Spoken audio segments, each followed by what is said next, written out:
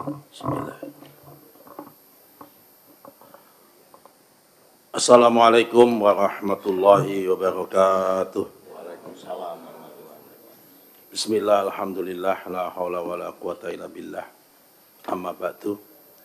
Yang kami hormati Ketua Komisi 2 DPR RI beserta seluruh pimpinan, mulai dari Pak Julfikar Arse, Pak Dedi Yusuf, Pak Bimo, dan bapak-bapak yang lain, bapak-bapak anggota komisi dan ibu anggota komisi 2 DPR RI.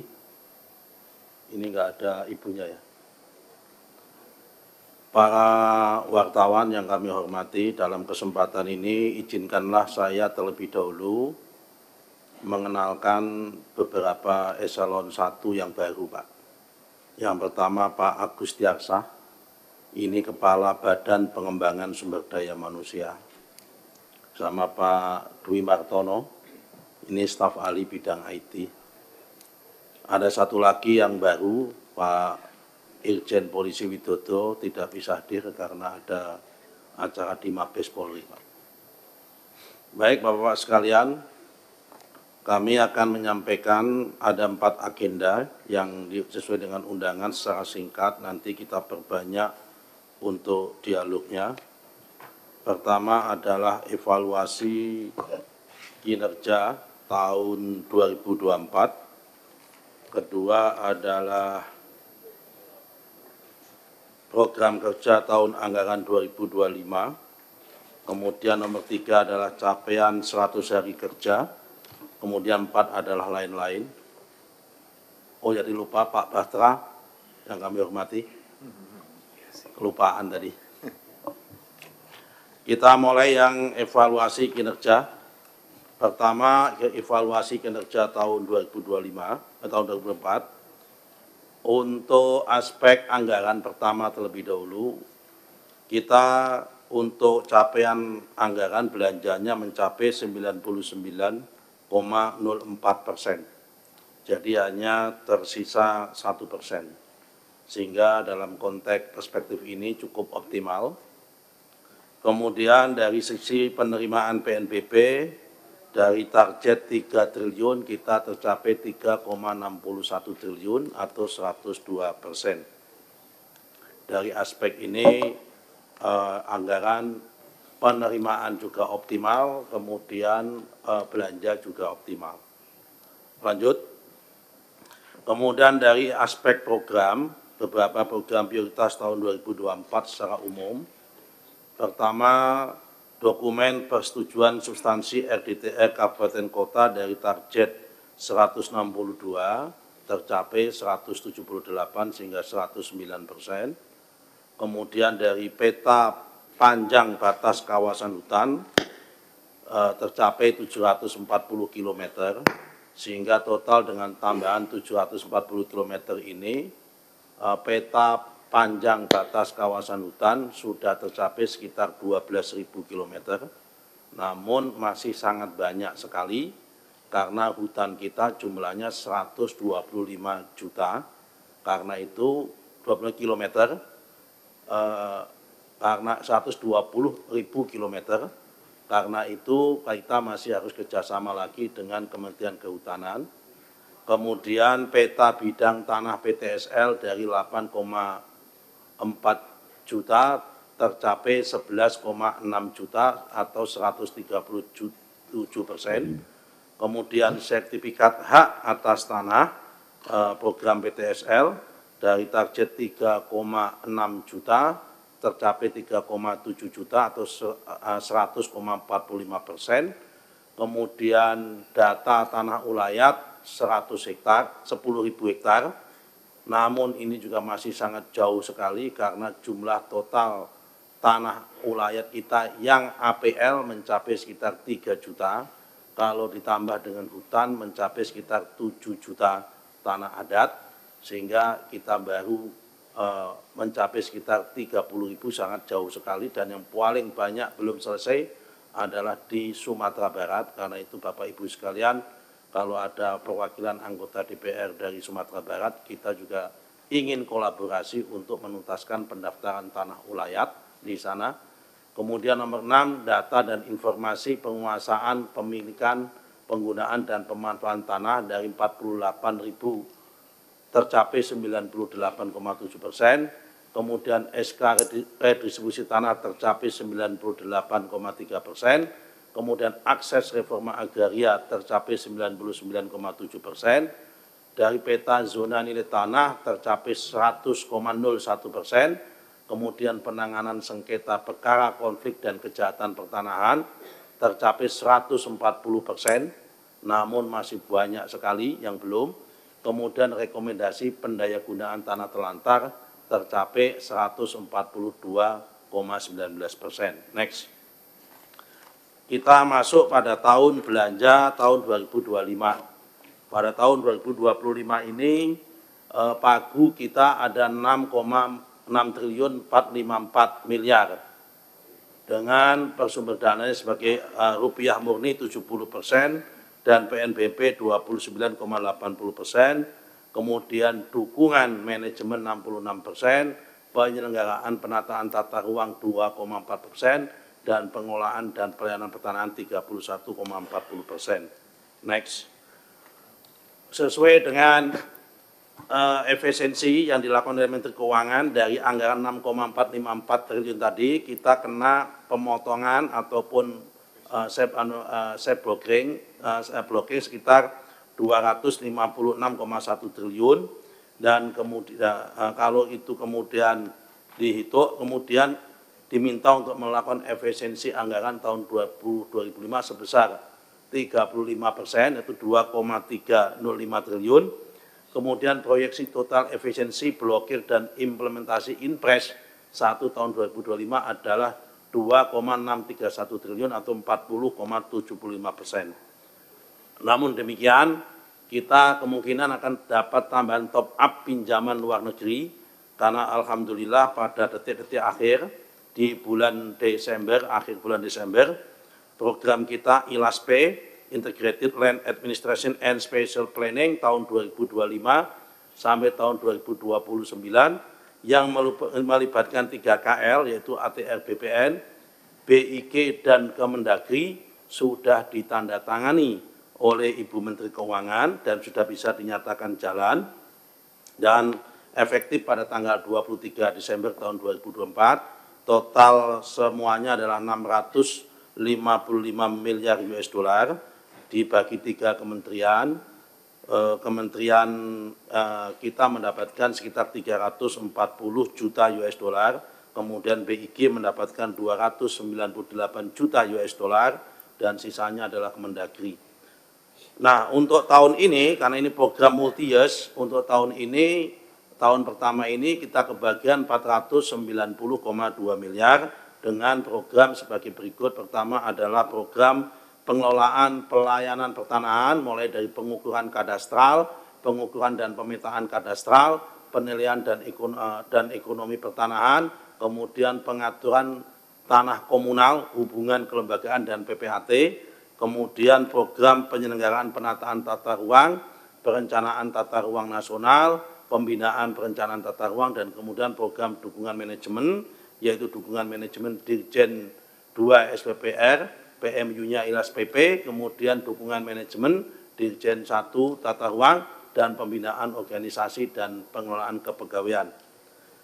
Jadi untuk program ini, Bapak sekalian, yang untuk BIK ini untuk program One Map Policy, jadi 1 peta nasional yang dengan skala 1:5.000.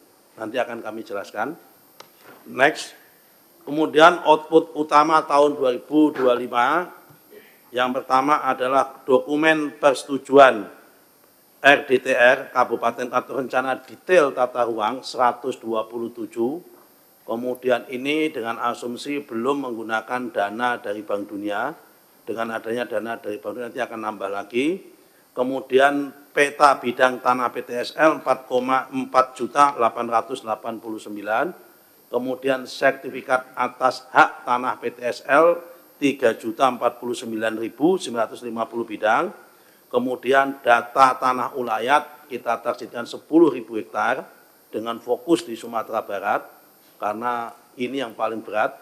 Kemudian SK redistribusi tanah 175.865 bidang, akses reforma agraria 43.200 KK, peta zona nilai tanah 689.900 hektar, kemudian tindak lanjut penertiban tanah telantar, hasil pengendalian HGU habis, tanah tidak termanfaatkan dan pelepasan sebagian kita targetkan 26.000 hektar, kemudian penanganan sengketa perkara konflik dan kejahatan pertanahan 2.151 perkara targetnya.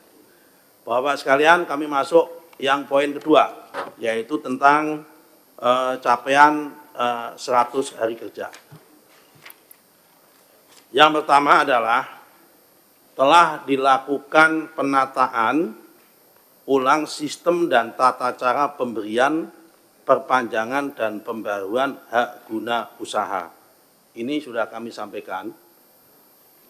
Sesuai dengan Undang-Undang Nomor 5 Tahun 1960, hak guna usaha diberikan paling lama 35 tahun dan dapat diperpanjang jangka waktunya paling lama 25 tahun. Kemudian ditambahin lagi di dalam Undang-Undang Cipta Kerja dan PP 18 tahun 2021, setelah jangka waktu hak guna usaha dan perpanjangan akan berakhir, kepada pemegang hak dapat diberikan pembaharuan hak guna usaha di atas tanah yang sama untuk jangka waktu paling lama 35 tahun. Bapak-bapak, Ibu sekalian, untuk ini kami wajibkan pertama harus ada peningkatan alokasi plasma untuk perpanjangan. Plasma diwajibkan untuk pemberian hak yang baru, yaitu sekitar 20%, dan kemudian adalah penerapan kemudian adalah peningkatan perusahaan dalam melaksanakan CSR-nya. Kalau tidak ada komitmen dalam bentuk pemberian plasma, sekarang tidak bisa diberikan lagi. Dulunya plasma itu hanya dijanjikan nanti setelah perpanjangan, waktu perpanjangan. Tapi mulai saat ini plasma harus diberikan di depan. Jumlahnya adalah 20% untuk bagi yang mengajukan baru. Nah, kemudian Bapak-bapak sekalian, kalau perpanjangan selain plasma masih kita wajibkan lagi, yaitu adalah audit plasma di bidang supply chain. Apakah dalam dia melakukan usaha itu selama ini, dia melakukan kerjasama dengan plasma tersebut dengan baik apa tidak supply chain-nya, apakah plasmanya itu plasma-plasmana. Karena berdasarkan pengalaman yang ada sebelum-sebelumnya, plasmanya itu dalam tanda petik plasma-plasmanan, memang betul tanah tersebut diberikan kepada koperasi, tapi masih banyak yang koperasinya itu koperasi karyawan di perusahaan setempat. Ini yang membuat kami dalam tanda petik tidak puas. Kenapa? Karena ujung-ujungnya mereka itu hanya sebagai karyawan, bukan sebagai pengelola atas lahan. Kita menginginkan plasmanya itu betul-betul kepada plasma yang ada dikelola oleh petani setempat. Nah, problem muncul bagaimana solusinya ketika kemudian di lokasi sampai jarak 100 kilo tersebut tidak ada petani. Nah, dalam konteks ini kami sudah diarahkan oleh Bapak Presiden untuk menggandeng Kementerian Transmigrasi. Sehingga nanti akan ada transmigrasi untuk melakukan mengelola plasma-plasma di kebun sawit tersebut bagi terutama yang perpanjangan maupun pembaruan maupun pemberian hak baru. Kemudian untuk pembaharuan, selain plasmanya itu 20%, kita minta tambah. Karena dia sudah menikmati selama 60 tahun, ditambah 35 tahun lagi, jadi 95 tahun, kita tambah Kita kalau sebelumnya cuma 20%, untuk tahap ketiga kita minta ditambah 10%. Minimal untuk masyarakat.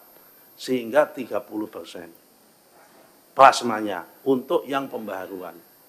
Nah kan, ini tentunya tidak happy dan tidak menyenangkan bagi para pengusaha, pemegang IUP dan pemegang HGU. Tapi kalau ini tidak dilakukan, Bapak-bapak sekalian, jumlah total HGU kita itu sudah ada sekitar 16 juta hektar.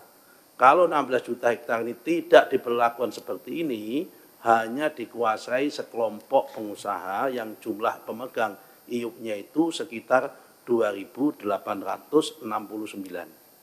Nah karena itu orang perusahaan. Nah karena itu supaya ini petani lebih banyak menikmati, kita menggunakan pendekatan dan alokasi model seperti ini. Jadi dua yang ingin kita tekankan, yang pertama adalah masalah alokasi untuk plasmanya bagi yang baru dan perpanjangan. Kemudian itu diwujudkan tidak dalam bentuk koperasi karyawan. Yang nomor dua, bagi pembaharuan itu nambah dari 20% menjadi 30%. Kemudian yang kedua, bagi perpanjangan nambah supply chain untuk plasma dilibatkan dalam supply chain. Misal pengangkutannya, pengadaan pupuknya, dan sebagainya supaya tidak dinikmati oleh grup-grup tersebut saja. Nah kemudian yang nomor tiga adalah kita mewajibkan kalau produk itu digunakan untuk ekspor, maka semua devisa ekspornya harus ditaruh di dalam bank dalam negeri atau lebih spesifiknya kalau menurut arahan Bapak Presiden harus di Himbara untuk memperkuat Himbara. Ini yang poin pertama. Kemudian poin kedua, kami waktu itu menyampaikan tentang penataan atau penertiban pendaftaran dan penerbitan sertifikat hak guna usaha untuk 537 badan hukum yang sudah mempunyai IUP usaha kelapa sawit tetapi belum mempunyai izin HGU. Bapak-bapak sekalian, untuk mereview kira-kira begini sebelum latar belakangnya, asbabun nuzulnya. Di dalam Undang-Undang Nomor 39 Tahun 2014 tentang perkebunan, pasal 42 ayat 1 bunyinya mengatakan bahwa orang yang boleh melakukan budidaya perkebunan maupun pengolahan hasil perkebunan adalah mereka yang sudah mendapatkan izin usaha perkebunan dan atau hak guna usaha tanah. Nah, undang-undang ini pada tanggal 26 Oktober tahun 2016 dibatalkan, ayat ini, pasal ini dibatalkan oleh Mahkamah Konstitusi menjadi wajib IUP dan wajib punya IUP dan HGU. Akibat pasal ini yang diubah, ada 537 perusahaan yang pemegang IUP tapi tidak punya HGU. Jumlahnya ada 537 perusahaan. Kalau dihitung luas IUP-nya berdasarkan hektar 2,5 juta hektar. Dari 2,5 juta hektar itu yang telah terbit hak atas tanahnya sebelum kami menjadi menteri, sebelum Bapak Presiden Prabowo menjadi presiden, itu ada 193 perusahaan, luasnya 283.280,85 hektar. Yang sudah proses pengajuan izin ke kami batasi sampai tanggal 3 Desember, itu ada 150 perusahaan, kemudian luasnya 1.044.427,46 hektar. Posisinya apa? Posisinya dalam proses identifikasi untuk kita cocokkan apakah ini nabrak hutan apa tidak. Yang ketiga, belum mengajukan sama sekali seluas 1.081.000.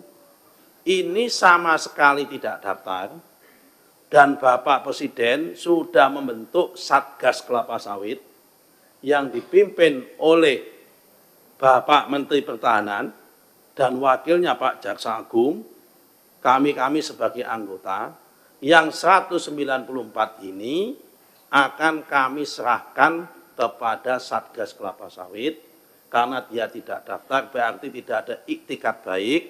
Yang ini ada potensi, memang ada potensi merambah hutan, kemudian nabrak hutan, dan sesungguhnya memang hutan, bahkan ada yang hutan lindung, tapi ditanamin kelapa sawit dan tidak punya izin.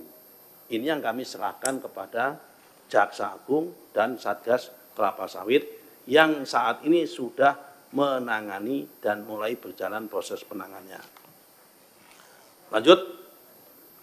Kemudian masalah hak ulayat selama 100 hari ini, alhamdulillah kami menyelesaikan 14 HPL dari target 6 HPL. Di Aceh 2 sertifikat, di Jambi 13 sertifikat, di Kalimantan 8 sertifikat, kemudian di Banten 1 bidang, kemudian di Sumatera Barat baru 9 sertifikat, dan lain-lainnya, sehingga targetnya dari 6 HPL kita sudah 14 HPL. Dan saya katakan ini yang paling berat masalah pendaftaran tanah hak ulayat ini sekali lagi adalah Sumatera Barat. Karena itu kami mohon bantuan teman-teman Komisi 2 dan Bapak-Bapak sekalian yang dari Sumatera Barat kita bisa koordinasi. Karena memang masalah ninik mama ini memang menjadi isu yang sangat krusial. Lanjut. Kemudian poin keempat tentang masalah tanah wakaf untuk wakaf produktif. Alhamdulillah. Untuk tanah wakaf produktif kita sudah bisa menyelesaikan 6.621 bidang. Kami kerjasama dengan hampir semua komponen, baik itu MUI, Dewan Masjid, NU, Muhammadiyah, Persis, Al-Wasliyah, Matlaul Anwar, semua kita ajak gabung untuk melakukan ini. Dan target kami saat ini masih ada kurang lebih 400.000 masjid yang belum tersertifikatkan wakafnya dari sekitar 680.000 masjid. Kami punya target pada tahun ini sekitar 150.000 masjid, dan kita udah rapat gabungan membuat tim khusus dengan MUI, DMI, NU, Muhammadiyah, termasuk Badan Wakaf Indonesia di semua daerah. Jadi Bapak-Bapak sekalian, kalau ada masjidnya Bapak-Bapak sekalian konstituennya belum tersertifikatkan, bisa dimasukkan dalam program ini, karena ini tim gabungan, kami gandeng Kementerian Agama dan PWI, karena target tanah wakaf ini masih sangat minim sekali, sehingga perlu kita tuntaskan. Tidak hanya tanah wakaf, termasuk tanah aset-aset lembaga keagamaan yang lain, seperti gereja, pura, dan sebagainya juga kita gandeng. Lanjut, poin kelima, kemudian pendaftaran tanah sebanyak 2,6 juta alga bidang tanah. Nah, ini termasuk dari tahun 2017 sampai tahun 2025, ini selama 8 tahun itu prestasinya melampaui prestasi sejak ada pendaftaran tanah dari tahun 1960 sampai tahun 2016, hanya 46 juta bidang. Sekarang selama 7 tahun sudah bisa mencapai 49 juta bidang. Kita masih menyisakan 4,89 juta bidang. Kalau ini sudah selesai, maka se-Indonesia ini bisa dinyatakan hampir sudah terdaftar semua. Lanjut. Kemudian untuk tercapainya 104 kantor pertanahan, alhamdulillah 80 kantor pertanahan sudah deklarasi lengkap, dan 24 kantah siap deklarasi. Bulan ini sudah siap deklarasi semua, tapi memang waktunya mereka pada menunggu jadwal dari menteri untuk melakukan proses deklarasi. Sementara menterinya masih sibuk ngurusin pagar laut sehingga belum sempat ngurusin ini, Pak. Baik, nomor 7, Pak. Kemudian nomor 7, tercapainya rencana detail tata ruang RDTR 42 Persub. Alhamdulillah sudah dari target 26 Persub, dan keseluruhan dari target 42 telah terintegrasi dengan OSS. Sehingga sudah sampai OSS, sehingga dengan tambahan ini maka yang sudah online dengan OSSS jumlahnya sudah mencapai angka 412 dan RDTR kita dari target 2000 sudah mencapai angka 592. Sehingga dengan tambahan Bank Dunia nanti insya Allah semua akan tercapai selama 5 tahun karena dari Bank Dunia akan bisa nambah 700. Kalau 700 ditambah dengan 600 tahun ini tahun kemarin ini 1.300, 200 dari APBN yang existing yang manual, kemudian tambah 500 nanti akan kita bebankan kepada Pemda, yaitu kabupaten dan kota sesuai dengan komitmennya Pak Mendagri. Karena Pak Mendagri sudah ngasih komitmen bagi daerah-daerah yang bisa nyusun RDTR akan dikasih tambahan fiskal untuk itu. Kemudian yang ke-8, RPP tentang rencana tata ruang wilayah nasional sekarang hak inisiatif dan pemrakarsanya diambil alih oleh Menko Perekonomian dan ditargetkan pada awal Q2 sudah selesai tentang RT RW nasional sebagai turunan daripada Undang-Undang Nomor 59 Tahun 2024 tentang sistem rencana pembangunan jangka panjang nasional tahun 2025 tahun 2045. Kemudian yang terakhir untuk program 100 hari waktu itu saya sampaikan adalah mengenai masalah program ILASP atau Integrated Land Administration and Spatial Planning, ILASP, program dari World Bank. Waktu itu pada bulan November kami presentasikan di sini. Alhamdulillah pada tanggal 5 Desember sudah ditandatangani oleh Menteri Keuangan. Kemudian tanggal 23 Desember loan efektifnya sudah mulai berlaku dan insya Allah pada bulan ini sudah akan masuk di DIPA. Bahkan nambah stakeholder yang semula kementerian ini yang melakukan program ini hanya 3 kementerian dan lembaga yaitu Kementerian ATR BPN, BIG dan Kementerian Dalam Negeri akan nambah 2 yaitu pertama adalah Kementerian Kehutanan untuk mengukur tapal batas hutan supaya wilayah hutan sama wilayah APL ini tidak saling serobot. Karena apa? Antara hutan dan APL ini kadang-kadang saling klaim. Ada suatu perusahaan atau tanah yang sudah disertifikatkan dalam bentuk SHM atau SHGU, dalam perjalanan ternyata tiba-tiba muncul itu masuk kawasan hutan. Sebaliknya ada juga yang petanya hutan, tapi petugas kita menerbitkan sertifikat. Nah ini kita sudah punya agreement dengan Kementerian Kehutanan, kita menggunakan asas mana yang paling dahulu. Kalau ada hutan dulu baru ada SHWGU atau SHM, maka akan kita menangkan hutannya, maka kewajibannya ATR BPN adalah membatalkan itu yang masuk kawasan transmigrasi dan HPL-nya pun itu sudah diserahkan HPL transmigrasi, itu pun tumpang tindih dengan hutan. Kadang-kadang dari kawasan transmigrasi ini ketika program PTSL ini banyak sekali yang didaftarkan dalam sertifikat sebagai program PTSL. Nah ini perlu ada tim bersama karena itu di dalam program ILAS-PP kita menambah 2 unsur lagi yaitu unsur kehutanan dan unsur transmigrasi. Apakah akan nambah biaya? Sampai 2 tahun ini belum. Tapi mungkin tahun ketiga, tahun keempat, tahun kelima mungkin akan nambah biaya. Nah, selanjutnya kita nanti untuk tambahan biayanya akan kita bahas bersama lagi dengan Kementerian Keuangan dan dengan World Bank karena ini adalah dana pinjaman dari World Bank. Terakhir Pak, untuk program ini masalah program mafia tanah.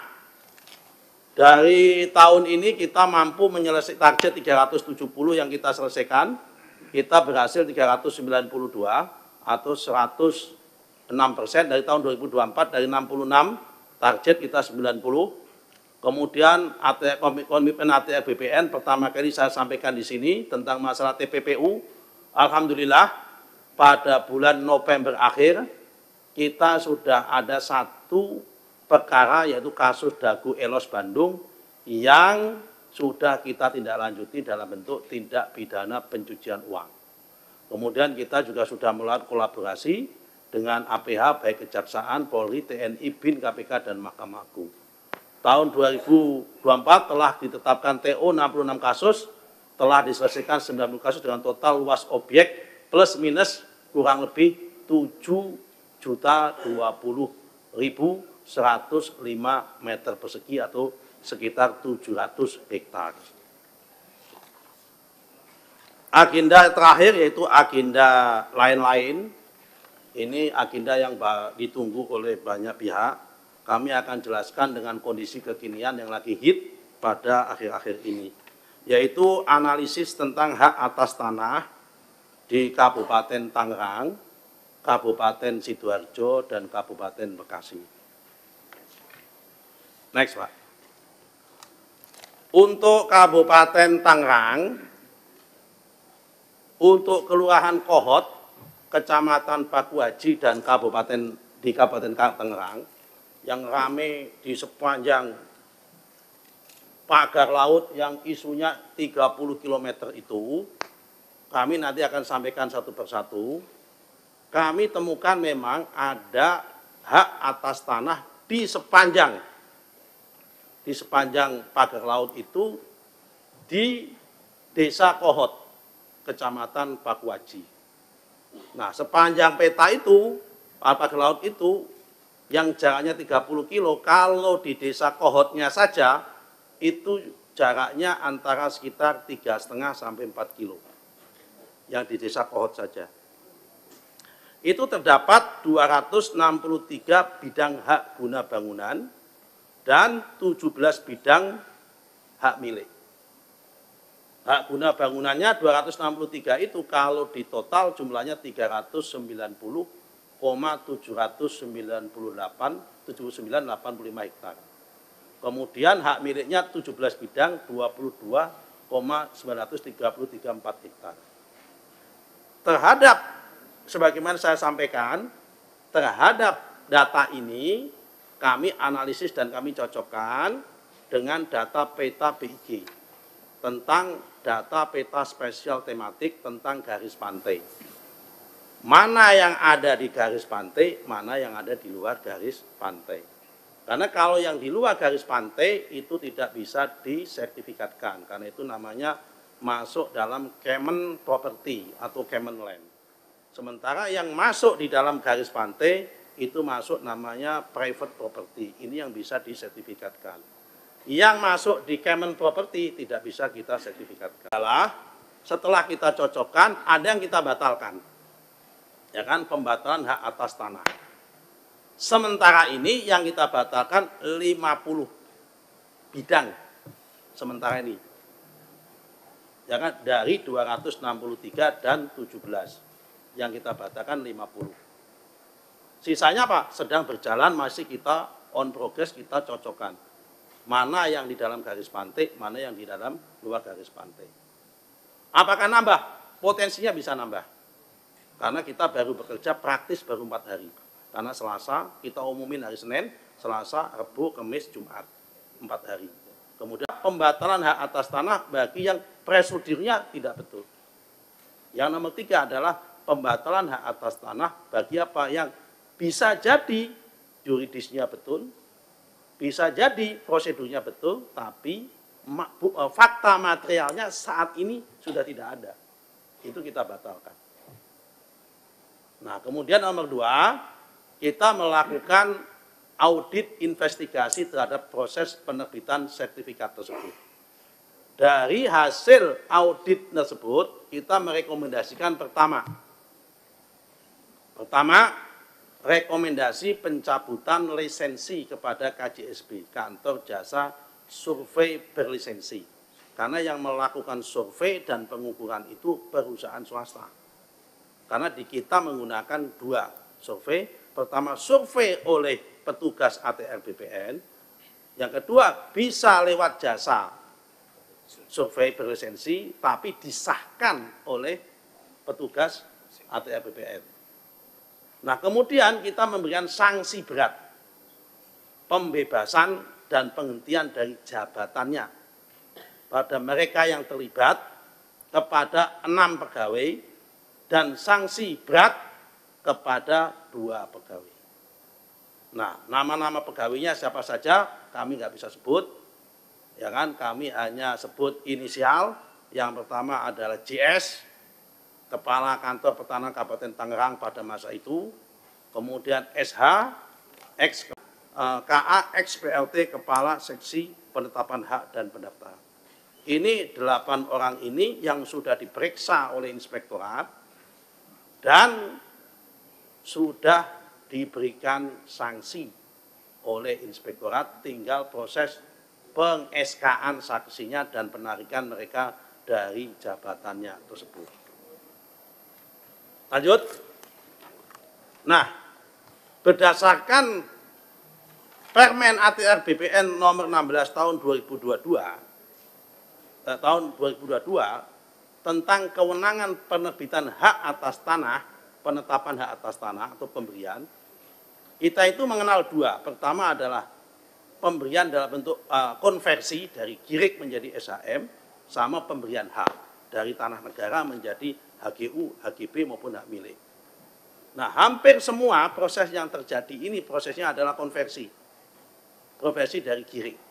Rata-rata GIRIKnya tahun 1982. Jadi ini tidak pemberian hak baru. Ini adalah konversi hak GIRIK.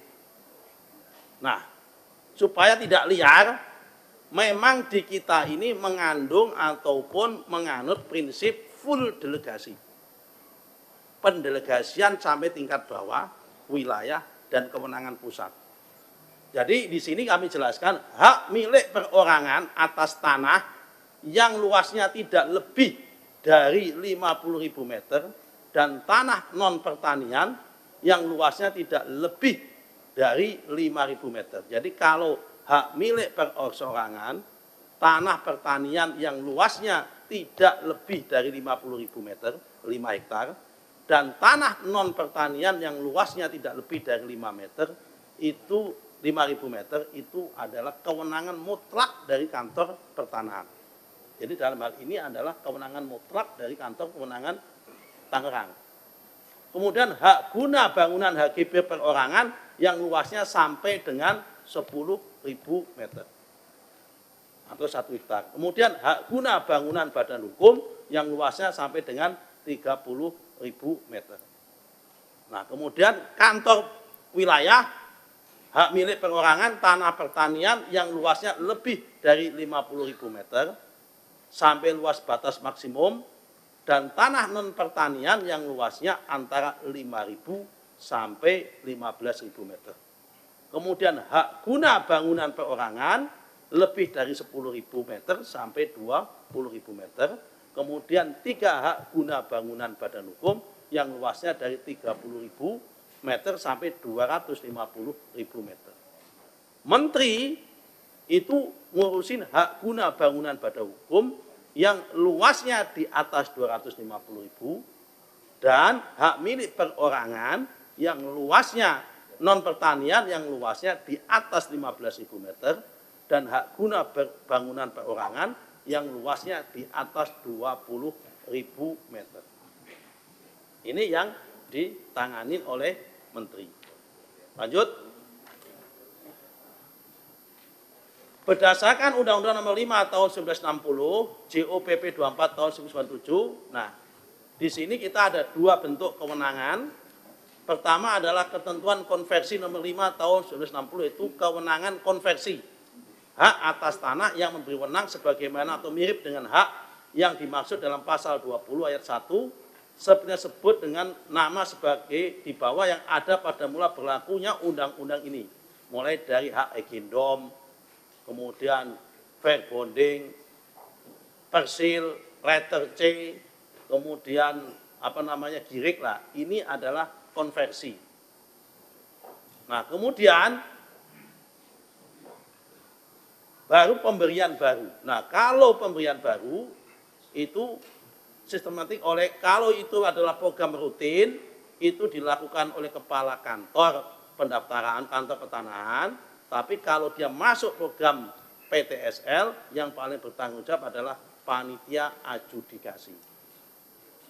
Dan bapak-bapak sekalian, proses yang di Tangerang ini prosesnya adalah dari GIRIK menuju SHM, dari SHM menuju SHGB, prosesnya itu menggunakan program PTSL.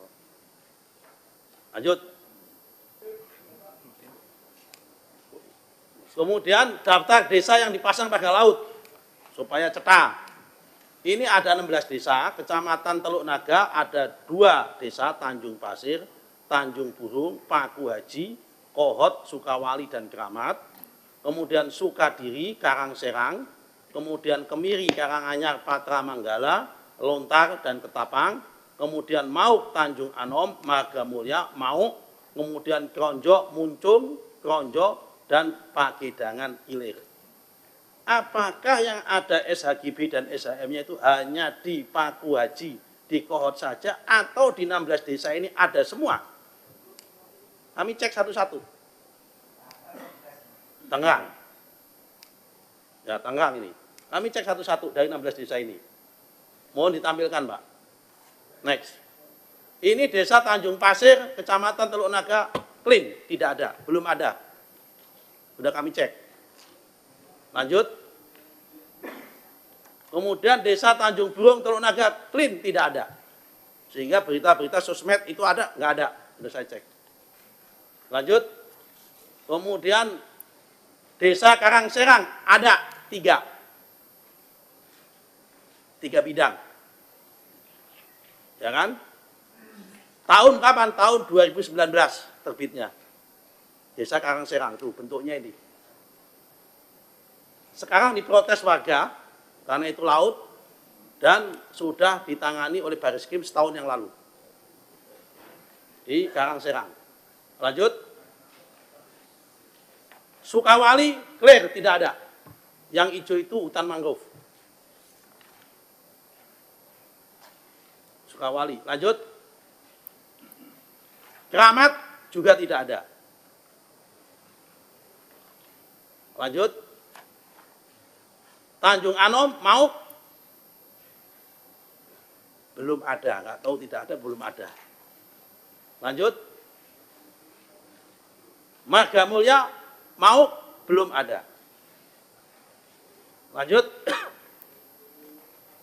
Mauk Barat, nah ini yang nanti kawasan PSN itu, di sini belum ada. Yang ini kawasan PSN. Yang nanti ini karena ini hutan mangrove yang hijau semua itu. 1.500 hektar. Belum ada di sini, yang di laut. Tidak ada. Oh. Tidak ada atau belum ada, saya belum tahu, tapi sampai hari ini tidak ada.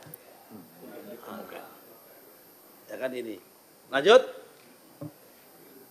Kemudian desa Ketapang Mauk juga tidak ada. Lanjut. Desa Lontar Kemiri juga tidak ada. Lanjut. Patra Manggala, Kecamatan Kemiri juga tidak ada. Ini saya buka semua 16 desa supaya terang benderang Bapak-bapak sekalian, karena ini forum yang baik menurut saya untuk menyampaikan keterbukaan informasi publik. Lanjut. Supaya nggak jadi fitnah. Lanjut. Lanjut, Mas. Kronjo juga tidak ada. Lanjut. Pagedangan Ilir, Kecamatan Kronjo juga tidak ada. Lanjut, Mas. Nah, ini jadi kalau untuk Tangerang yang ada desa Karangserang 3 bidang, kemudian sama Kohot yang sudah kita batalkan sebagian, yang lain on proses tadi itu. Kemudian yang Sidoarjo. Sidoarjo itu tepatnya di kecamatan di Kelurahan Segoro Tambak, Kecamatan Sedati. Ada 3 HGB, betul. Yang pertama atas nama PT Surya Inti Permata, luasnya 285 hektar. Kemudian yang kedua PT Semeru Cemerlang, luasnya 152. Kemudian 3 PT Surya Inti Permata, luasnya 219. Dalam bentuk hak guna bangunan kalau di total 656,8 hektar. Lebih besar daripada Tangerang. Nah, di poin 1 dan 2 ini, yang nomor 1 2, ini memang dulunya tambak tahun 96. Kemudian peta sekarang jadi begini. Nah, ini yang poin 1 dan poin 2 akan kita hapus, akan kita batalkan karena itu masuk kategori tanah musnah. Kalau toh tidak dibatalkan, tahun depan HGB-nya udah habis. Karena ini HGB diberikan bulan Februari tahun 1996. Pas 30 tahunnya itu tahun depan. Tapi kalau menggunakan ketentuan fakta materialnya, ini masuk kategori tanah musnah, sudah bisa dibatalkan. Yang 1 dan 2, kalau yang 3 masih ada tanahnya. Memang dulu ini tambak, kalau yang ini. Lanjut. Nah, ini analisisnya. Bapak-bapak sekalian, saya sampaikan. Lanjut. Sekarang kita masuk yang Bekasi. Di Bekasi ada 2 kasus, bapak-bapak sekalian. Yang pertama adalah di Desa Segara Jaya, yang nomor 2 di Desa Hurib Jaya. Desa Segara Jaya, Kecamatan Tarumajaya. Ini murni ulah oknum tanda petik ATR BPN. Ya kan, kami sampaikan. Ini kejadian tahun 2021 itu ada program PTSL. Semula yang menerima sertifikat adalah 89 sertifikat hak milik diterbitkan tahun 2021 kepada 67 orang berupa tanah darat perkampungan dengan luas total 11,263 hektar. Ini tahun 2021. Tiba-tiba bulan Juli tahun 2022 terdapat perubahan data pendaftaran tanah yang tidak melalui prosedur kegiatan pendaftaran tanah menjadi penerimanya 11 orang berupa perairan laut, luas totalnya 72,571 hektar. Siapa yang terlibat? Ini sedang diinvestigasi oleh Irjen. Yang kasus ini. Ini petanya Pak, di sini Pak. Jadi dulunya sertifikat awalnya di darat tiba-tiba berubah. Pindah. Jadi saya katakan, saya akui ini ulah oknum internal ATR BPN setempat. Kami sedang usut. Lanjut. Nah kemudian yang kedua adalah Desa Hurib Jaya, Kecamatan Babelan. Ini di laut ada SHGB. Yang luasnya itu 509,795 hektar. Atas nama pertama PT CL, saya nggak mau sebut. Ini harusnya jangan disebut namanya CL. Inisial CL. Ya. 78 bidang, luasnya 90 hektar. Terbit tahun 2012, tahun 2015, 2016, 2017, dan tahun 2018. Kemudian PT MAN, yang jelas bukan Madrasah Aliyah Negeri. Ya kan? 268 bidang, luasnya 419,6 hektar, terbit tahun 2013, 2014, dan 2015. Lanjut. Setelah kita analisis, ya kan Pak, memang ini ada sebagian besar ada di luar garis pantai. Yang HGB yang ini, yang biru-biru itu, yang itu garis pantainya merah itu. Yang merah itu garis pantai. Nah problemnya Pak, kita tidak bisa serta-merta, belum bisa serta-merta membatalkan ini. Kenapa? Kami tidak bisa menggunakan asas contrario actus. Jadi pejabat yang menerbitkan sertifikat atau pejabat yang melakukan administrasi negara tidak bisa mencabut Karena kontrario actus kita dibatasi oleh PP 18 hanya usia 5 tahun. Kalau yang usianya di bawah 5 tahun kita bisa langsung, kayak kohort saya langsung bisa. Karena kami punya hak kontrario actus, karena usianya masih di bawah 5 tahun. Tapi yang ini usianya sudah di atas 10 tahun, di atas 5 tahun. Terhadap case ini bagaimana proses pembatalannya? Ini kami sedang melakukan minta fatwa kepada Mahkamah Agung mau konsultasi. Apakah boleh BPN sebagai institusi yang menerbitkan sertifikat itu minta penetapan pengadilan. Supaya pengadilan memerintahkan ini dibatalkan. Yang nomor 2, kalau tidak itu kita akan masukkan ini menjadi kategori tanah musnah. Kalau ini masuk kategori tanah musnah, kami harus mampu membuktikan bahwa semua sertifikat yang terbit di luar garis pantai dulunya tanah. Sementara kami belum bisa membuktikan itu. Berarti dulu prosesnya benar, ini tambak, ya kan? Kemudian diterbitkan, kemudian musnah karena ada abrasi. Nah kalau itu kita lakukan, kami harus menggunakan dalil fakta-fakta tentang bahwa di situ memang telah pernah terjadi abrasi. Dan yang bisa menunjukkan peta itu adalah otoritas lain, dalam hal ini adalah Badan Informasi Geospasial. Saya kira 3 isu ini Pak yang bisa kami sampaikan yang terima kasih atas waktunya Pak Batra. Atas waktunya ini tidak ada yang kami tutup-tutupin teman-teman media. Kami komited dan insya Allah akan kami tuntaskan masalah ini seterang-terangnya dan sejelas-jelasnya supaya masyarakat menjadi tenang dan tidak menjadi isu yang liar yang kemudian menimbulkan sakwa sangka dan menimbulkan fitnah yang berkepanjangan.